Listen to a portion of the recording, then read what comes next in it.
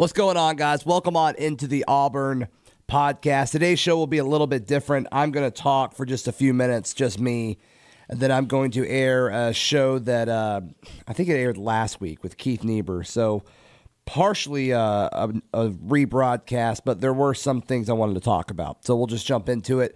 First thing, I did not know that Shaun Shivers' nickname was Worm. And I feel like I should have known that. I've kind of been the spokesperson for, how good Shaun Shivers can be at Auburn. And I just somehow missed that. But yeah, Gus Malzahn and the players, it sounds like his family and his former teammates in high school, they all call Shaun Shivers Worm, which I think is awesome. I think it's totally awesome. I was joking around with some of the guys in the office yesterday. We were kind of comparing, who has the best nickname on the team. And it's going to be hard to argue with Big Cat Bryant. But the conversation, and if you've been listening to me and Painter for the past few months, KJ Downhill Britt has come up, which I just think is a terrible nickname. I think he's going to be a good linebacker for Auburn, but I think that nickname is terrible. But anyway, I digress. But yes, so if you listen to this, maybe I've kind of sold you a little bit on Shaun Shivers, so sounds like he's going to be known as Worm by pretty much most of the Auburn family, so that'll be interesting. Hey, Auburn Undercover's Brandon Marcello put something up on the site, I believe yesterday, for most of you who will listen to this. And I'm just going to kind of read chunks of it, but the lead in it. Auburn will have the crowd advantage Saturday against Washington, but the Huskies will control the weather. And there's some quotes from Gary Stokan, who's the guy. He's the main guy for the Chick-fil-A Peach Bowl. And so obviously he's over the Chick-fil-A Kickoff Classic. And part of his conversation with Chris Peterson, Washington's head coach, to get them to play Auburn in the game was Chris Peterson wanted the roof closed because the weather down here and just, the southeastern part of the country is significantly different than it is in Washington, which, isn't a shock. Here's the quote from Stokan that Marcello put in his story. This is Stokan talking. They had been getting a lot of grief, they being Washington, have been getting a lot of grief about not scheduling anybody in their non-conference. I told Chris Peterson, I can help you. I've got Auburn that is willing to come play in 18. Why don't you come play in our kickoff game again? And it'll be a great matchup. It'll be great for you.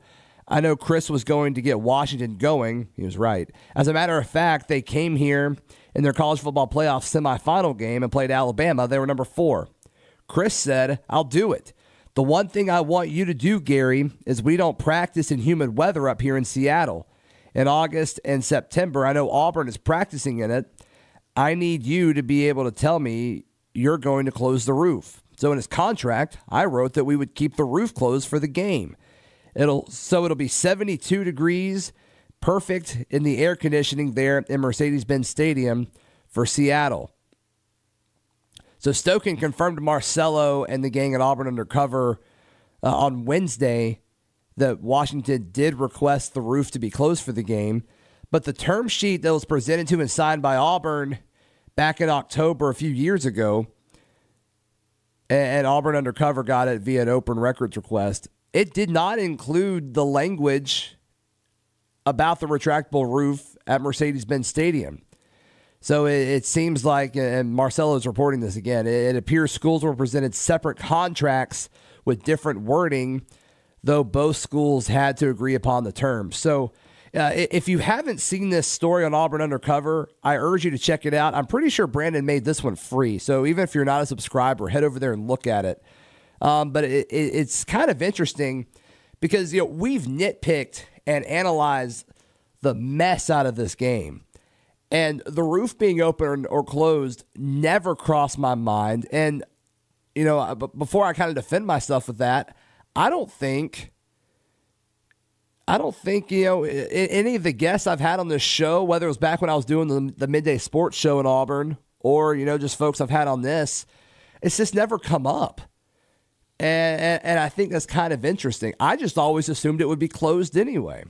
I think there's going to be some Auburn fans that want to make a big deal out of this as this conversation kind of surfaces a few days before kickoff, but I'm going to urge you not to, just because I think we all assumed that it would be closed. I mean, Mercedes-Benz is a dome, a very fantastic dome. And I'm just thinking, once again, I never really thought about this, but it was closed for the SEC championship and for the bowl game against UCF, right? I'm not crazy on that. Now, granted, it was a lot colder, as cold as it can get down here, I guess. So I just think that's interesting. And that's kind of a factor. We've talked a little bit about Washington having to travel to the other side of the country, and we just kind of talked about how traveling affects how you play and being far away from home versus just being an hour and a half away from home it definitely affects things. But I don't know. I don't think this is a big deal. It's interesting. And it's interesting that Chris Peterson was like, no, the roof needs to be closed if we're going to play in this. I just never thought about it. Hey, Brandon also reports that Auburn will be wearing its road uniforms, even though they're technically the quote-unquote home team in this neutral site game. They will wear the white top with white pants, which I think most fans will be cool with. I mean, I think Auburn all white looks pretty sharp. Washington will wear its purple uniforms, and the Tigers are a 1.5-point favorites in the game. And they were like 2.5, 3.5, a month ago. But yeah, when you look and kind of shop it, I think Bovada has them listed at 1.5, as well as some others have them at like 2.5 or so. But very interesting, I guess. The worm Sean Shivers thing I think is fascinating. But all right, sorry to be a little short on new content, guys. The Auburn municipal elections were this week, and they took a lot of my time. As you know, I'm covering the news, local news stuff now. So, all right, a podcast with Keith Niebuhr following this. Thanks for listening, guys. This is the Auburn Podcast, your daily Auburn Tigers podcast, presented by Auburn Undercover and ESPN 106.7. Zach Blackerby here with you. I'm now joined by Keith Niebuhr, Auburn Undercover recruiting expert. Keith, how are you today, man? I'm good, man. I always laugh when somebody calls me an expert, though. I don't know if you can be an expert in the recruiting business because there's so many unknown variables, a lot of guesswork involved, but it's always good to talk to you, man. Hey, your track record's pretty, it's definitely up there, my man. It is. I think you just do the best. I think you just do the best you can with the information given to you. And then also, a lot of times, Jack, you're just kind of reading the tea leaves. I mean, if a guy's made 9 visits to Auburn in a 2-month period and hasn't been anywhere else, you can kind of put two and two together. Don't have to be a genius. You know what I mean? That's fair. Well, hey, you called the two last week. Kind of give us a breakdown of what went down there. Yeah, well, first off, Thursday, big commitment for Auburn from a 3-star defensive end, Colby Wooden, out of Archer High School in the Lawrenceville, Georgia area. That's about 45 minutes northeast of Atlanta, northeast. And, again, we talked about this last week, but I got to bring it up again. He's a 3-star. However, both Auburn and Clemson had made him a high priority. And when you look at the recruiting on the defensive line of those two schools, it makes you think, okay, he's got to be pretty good. Forget about the ranking. If those two schools, which have done so well with their evaluations on the defensive line, think highly of him, then that should say something. So they land Colby Wooden over Clemson, Auburn does, 6'4", 241 pounds. And I've always thought that he would end up playing on the strong side, but he told me, hey, I may end up being a weak side defensive end. So I guess he's thinking maybe he won't put on too much more weight, but he's got that frame, 6'3", 6'4", where he could easily be 275, 280 pounds. We'll have to see how he grows. That'll determine where he ends up, but he's got some quick twitch skills. He's got some great change of direction, and really change of direction and 10-yard burst type things are what college coaches really love out of their defensive linemen. And what does it really matter what a defensive end 100 time is or 40 time, but what can he do in those short bursts? and can he go one way and then turn around and go the other way really quick and tackle somebody or be disruptive on a play. And I think Auburn feels really good from what I'm told about landing Colby Wooden. He's an outstanding player, another high-character guy. I mean, you never know what's going to happen once somebody gets on campus. But at this stage of his life, he's done all the right things on and off the field. He's a good student. I can't remember. I think he may want to study computer science, but wow. It was great to be there. I was the only media person there for his announcement. We ran it live, a live stream, and it got a lot of traffic. And I can say his family was very excited, and his entire team was extremely supportive of his decision. A big moment for Colby Wooden and the Archer program. Now, then a day later, Zion Puckett is a guy that Auburn landed at the cornerback position. 4-star kid. He picked Auburn over Alabama, where, yes, he was a take.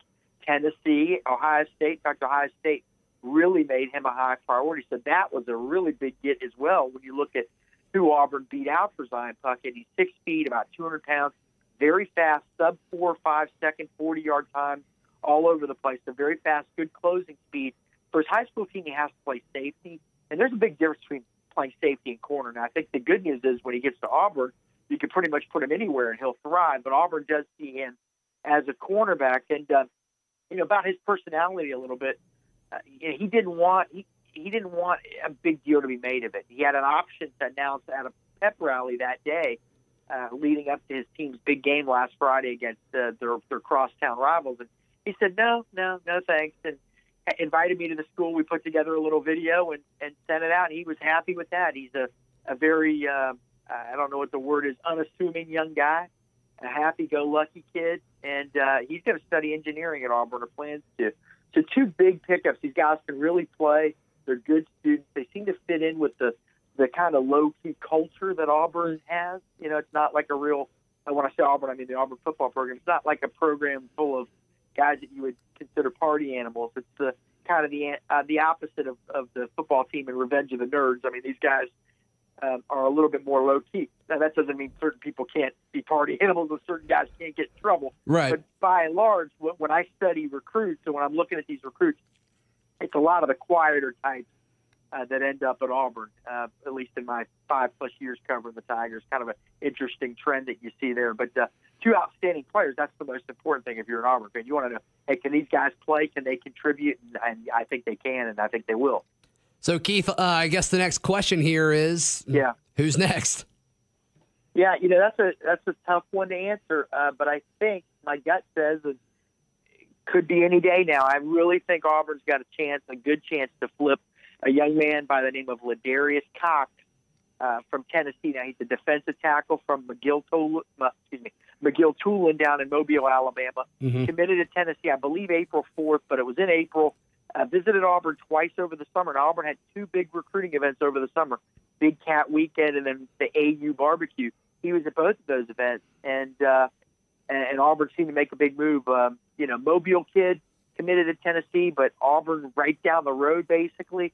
I like Auburn's chances. I don't know much about him as a player. I've only seen a little bit of film, and he's going to play that. He play that position, the defensive tackle, the inside guy, the guy that's closer to the center. So those guys don't make a lot of tackles. Those guys aren't in the backfield a lot. A lot of times they're having to take on 2 men, 2 blockers to kind of free up the tackle next to them. It's kind of the role that you see from Dontavius Russell, right. And I guess Tyrone Truesdale is going to play for Auburn. So a guy that on film isn't really going to flash too much because they're often taking on 2 guys. But big kid, 6'4", 280-ish, 290, 300 in that range. I mean, he's a big kid.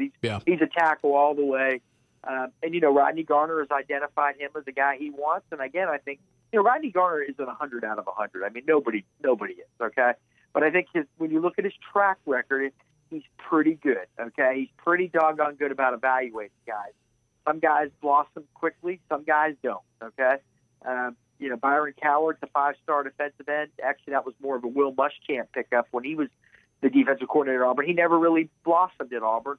Then you take a look at a guy like Devereaux Lawrence, who Auburn offered out of junior college, where he was a walk-on at junior college, and now he's making plays in the NFL. So, right. Again, Rodney Garner's track record speaks for itself. He can't hit them all, but he hits a lot of them, and he really likes this kid. And I know that they want him on board, and Auburn has 3 defensive linemen committed. Colby Wooden, who we talked about earlier, along with, I'm going to forget the names, Jamon Gordon out of Meridian, Mississippi, and Jaron Handy out of Hattiesburg, Mississippi, who had a big game the other night in the season opener. So this would be the 4th one if they can get him. It means probably they will only take one more, unless you could get an elite guy. You always hold a spot just in case some 5-star monster calls you at the last minute and says they want in. You know what I mean? Sure. But I think I'd be on the lookout for Ladarius Cox. We've been writing about him for a few weeks now. I think Auburn's got a real chance to flip him from Tennessee. Real good chance, I think. So, Keith, big Friday coming up locally as a lot of the high school games high school seasons kind of get going. You kind of plan on being anywhere Friday night to watch any particular target or commit? I don't know where I'm going to be Friday yet. I live in Atlanta. Because people always ask me, why do you live in Atlanta? Well, the recruits don't live in Auburn, as you know. There's not many. It's just not a heavily populated area. There are good recruits there, but as a whole, I'm better off in a more highly populated area, especially Atlanta, which is Auburn's bread and butter. But I haven't just figured out where I'm going to go Friday. Some weeks I don't go at all. I mean, high school football, sometimes it's hit or miss. And I've asked some college coaches about this. A friend of mine coaches in the SEC and used to be an NFL coach. And I say, man, how do you go to these high school games? I mean, you coached at the highest level. How can you drop down to watching high school football? He says, it's not easy, because they're so used to seeing guys at a high level, and you go to a high school game and there may be one legitimate recruit in that game. So it's tough for them, and just like it is for me. I don't have ties to any of these programs. So I'm looking for the games that have the most guys that I'll enjoy watching play. So I don't know. But Saturday, I will tell you, I'm going to be in the Hoover area to watch Pinson Valley play Hoover. That's Bo Nix, the quarterback commit for Auburn, for Pinson Valley versus Hoover, which will have just a ton of guys, including Auburn receiver commit George Pickens, who, quite frankly, probably is one of the 2 or 3 best receivers or most talented receivers in the country. And then I think the second half of that doubleheader is Hewitt Trustville, which has an Auburn commit, wide receiver Javaris Johnson, and a bunch of Bama commits versus Cedar Grove High School, which is one of the schools over here in Atlanta. And who does that school have? Jaden Hazelwood, 5-star Georgia receiver commit, who Auburn is still recruiting. So I know I'm going to be there. At least I think I will be. Sure. But Friday night, I'm not sure just yet. Yeah, sometimes you'll look at the schedule Friday morning and just say, all right, let's go take a look at this game. Or you'll see what's on TV, and maybe an Auburn commit or an Auburn target's on TV, and it's just as beneficial for you to sit home and watch it. You know what I mean? Sure. Mainly, I'm going to get interviews, but if a kid loses, sometimes they don't want to do interviews. Usually most of them are cool. Sometimes coaches get on you a little bit, but most of those guys are pretty cool too. Yeah. You mentioned Hazelwood, and I'm still seeing a lot of tweets from Auburn folks about him. What's the latest you've heard about Hazelwood? Yeah, I mean, Auburn's got a shot, and so does Miami. It just seems like he's just having fun with his recruitment a little bit. But I do think he's going to watch Georgia closely this season. And one thing we know about Georgia is they got a lot of running backs. Even, sadly, one of their guys that was probably going to get a lot of carries this year, Zamir White, tore his ACL. God, you hate to see that, man. Absolutely. And having covered him in high school, a good kid, friendly. I was up to his school twice in North Carolina. And just a friendly kid. I mean, you know why you hate to see it more than anything? Because, you get to know these kids on a personal level, and they have dreams. And, gosh, every ACL injury, I mean, I don't know. I mean, this is like his second one. You start thinking, okay, is he cursed? Is he just going to be broken? Is he going to have one of the – I mean, Bo Jackson never met his full potential, not to compare this kid to Bo, but Bo Jackson never met his full potential. I mean, Bo Jackson's one of the greatest players ever. He has no chance of making the NFL Hall of Fame. He never didn't play in enough games. His body kept breaking on him, which is a shame because that same body was so unbelievably powerful. So, you feel bad for him. And then the families, you know what I mean, that they put so much into these kids. And I do think that part of it is sad because of some of the families, and I'm not saying it's in this case, but rely so heavily on these kids to get to the NFL that they're devastated when it doesn't happen. Well, you can't do that either. I mean, you know what I mean? You have good grades and you do well in school, you can be successful no matter what you're doing. But anyway, with Georgia, back to Georgia, they're probably they've got a lot of running backs, and they've got a returning quarterback, and they got a lot of receivers. So are they going to run the ball more? Or are they going to throw the ball? What are they going to do? Jaden Hazelwood wants to know. He wants to know the school he's going to is going to throw the ball a lot. Well, so he's going to be taking a close look at Miami, which probably, again, is going to have some quarterback issues. He's going to take a look at Auburn, which has Jarrett Stidham. So he'll probably put up big numbers. However, he's going to be gone after this season. Then he's going to look at Georgia and say, what are these two young quarterbacks the Bulldogs have? Can they throw the ball? Can they get me the ball downfield, which he really likes? So he's going to be watching all three of those teams closely. And I know people say Oklahoma as well.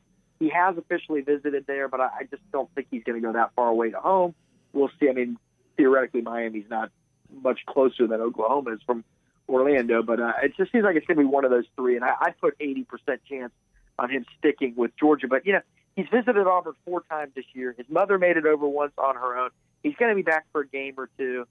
He's given Auburn a shot. Okay, if Auburn goes out and throws for 3,500 yards, and they say, okay, well, even though Jarrett Stidham's leaving, Bo Nix is coming in, so they can still say, hey, they're still going to throw the ball a lot. And he knows Bo Nix really well, the Auburn quarterback commit, because they were 7-on-7 teammates this summer for Cam Newton's 7-on-7 squad, and at that big Nike event, the opening in Dallas. So, they know each other really well. So that can't hurt. He's friends with George Pickens. I mean, I think Auburn's in the conversation. There's no question about it. But sure. Once a guy commits, it's hard to flip him, Yeah. And by the way, and I'm talking about Auburn flipping a kid just a few minutes ago. That's a little bit different situation. He's a kid from Alabama. Mobile's a lot closer to Auburn than it is Knoxville, Tennessee. Jaden Hazelwood's from Atlanta. He's got former teammates at Georgia. He committed to Georgia real early. Georgia's got a lot of recruiting momentum. So there's a lot of things working against Auburn, but a lot of things working in favor of Auburn, too. Keith, you just kind of mentioned this, and it's almost kind of become assumed that Bo Nix is going to be the quarterback immediately after Jarrett Stidham. Despite all this hype about Joey Gatewood and Malik Willis, and I know you have a relationship with Bo Nix. I know you talk to him from time to time. Yeah. Does he ever say anything about that? Possibly coming in right away and starting as a true freshman? Really. No, not really. And he hasn't been promised anything. I can assure you that you'd have to be an absolute moron to promise a kid coming out of high school that you're going to be the starter. I mean, you know what I mean? Yeah. You really don't know what you're going to get. I think he just wants to compete for the job, and he likes the situation coming in where, Jarrett Stidham most likely, we all think he'll be gone after this year. I mean, look, we have to see what happens. But if that's the situation, and again, everybody thinks that's probably likely, then there'll be a bunch of guys that are not guys that have started before, and I think he feels like he'll have a shot, and he'll be getting there in December or January. He's an early enrollee, so theoretically he could get there for bowl practices if Auburn's in a bowl. I mean, you never really know. Mm-hmm. If Auburn's in a decent bowl game late in the year, he could go up in there for bowl practices, and they put him in shorts and a helmet, let him run around, but just kind of experience it. But he would be there for the bulk of spring practice, and then all next year he runs an almost identical offense. He's a coach's kid. He's got that kind of X factor to him, or it factor, excuse me. So I think he's going in with the expectation he's going to compete for the job, and whatever happens, happens. But I think as a guy that believes in his abilities, I'm sure he thinks he's got as good a shot as anybody. That's probably about as far as he would take it. He's a very humble kid, I have to say. I mean, he's he loves Auburn. He wants to do his best, but he knows he's not dumb. He knows he's got to get there, and it's a big difference. I mean, it's a big difference in how long it's going to take for him to adjust to the speed of the linemen coming out of him. The defenses are going to be running a lot of different things that he's never seen before. So there's going to be a learning curve, no question about it. Now, one thing working in whoever Auburn's quarterback favor will be next year's, most likely almost everybody on the offensive line will be back, and most of the receivers will be back. So they're going to, and the running backs. So whereas running backs a little bit more of an uncertainty, a little bit more of a question mark this year, next year you'll have a lot more known variables at the running back position. So whoever comes in, I think that it's kind of like Georgia last year. I wouldn't say as much. You don't have, Sony Michel and the other kid, Nick Chubb, but a little bit similar situation that you've got all these pieces around the quarterback and make it a little bit more comfortable. If you're going to have a big quarterback change and you're going to have a new dude come in and start, it's probably a good thing. The most ideal of a non-ideal situation would be that you've got all these pieces around them. But I think both thinks he'll come in and compete for that starting job. I personally think he'll end up winning it. Look, I don't know the answer to that. I know who he is. I know what kind of player he is, and that's all. And that's not diminishing the other guys at all. Yeah. Keith, we're less than 2 weeks away from the start of Auburn's football season, and obviously week one they're in Atlanta taking on Washington. I know the rules are different from a recruiting standpoint, but I assume there will be some commits and targets that are at that game. Have you heard from any? Yeah. Do you know of any that will be at that game? Yeah, a few. I mean to cut you off, Zach. A few. I haven't reached out to a ton of them yet, to be honest with you. But look, you can give a kid a ticket to a game, to that game, but you can't. If they have to sit in the stands, it's unlike at Auburn. They can't be down on the field before the game. They cannot be in the locker room to meet with Gus Malzahn. They can't be on the sidelines, but they can go to the game. And look, it's going to be a game with 2 top 10 teams. Who wouldn't want to be there? I can tell you, some of the important guys that are going to be there are some younger guys. You know, Auburn's got 15 guys committed now. You'd expect a lot of them to be there, unless they live in Mississippi or something, and it's a far drive. But 2 young guys to keep an eye on.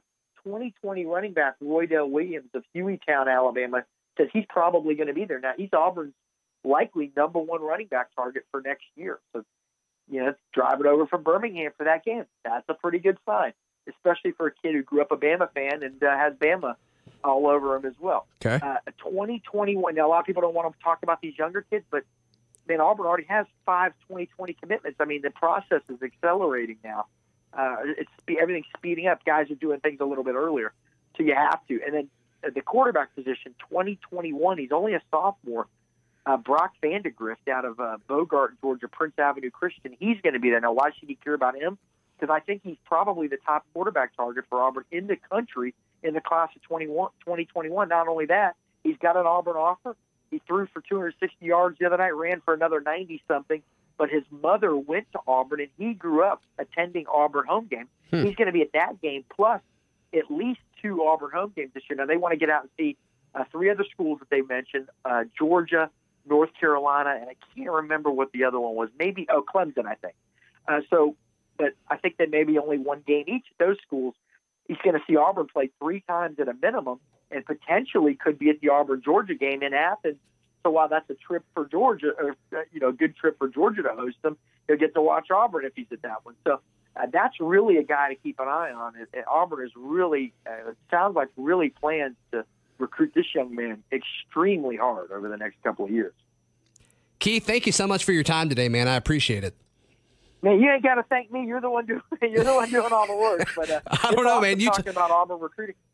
Hey, look, man, I think people are excited about the team, and when they're excited about the team, it leads to more excitement about recruiting. You know what I mean? Right. Now, recruiting can pick you up after a bad season, no question about it. But right now, everybody's excited about Auburn football, and this is an extension of that. So it's been a fun summer. Auburn has kicked a little bit of butt on the recruiting trail. Missed on one guy, but pretty much landed all the other guys that they thought they were going to get. A couple guys are still waiting. But it's been a good summer. Auburn's got the number 10 recruiting class in the country right now. They weren't even anywhere near the top 10 this time a year ago. So they're doing good things. Right. Where can people find all your stuff, man? Yeah, at Auburn Undercover, man. That's the only place to go. Or on Twitter at Keith247Sports. But usually that's just me linking to things or my pathetic commentary on everything from the British Open to the best 80s songs. So you're going to get the juice at Auburn Undercover. You're going to get my garbage on my Twitter account, to be honest with you. Thanks, Keith. I appreciate it. Yeah, see you, man. Thanks, man. Good stuff from Keith. As always, we will see you tomorrow. This has been another edition of the Auburn Podcast.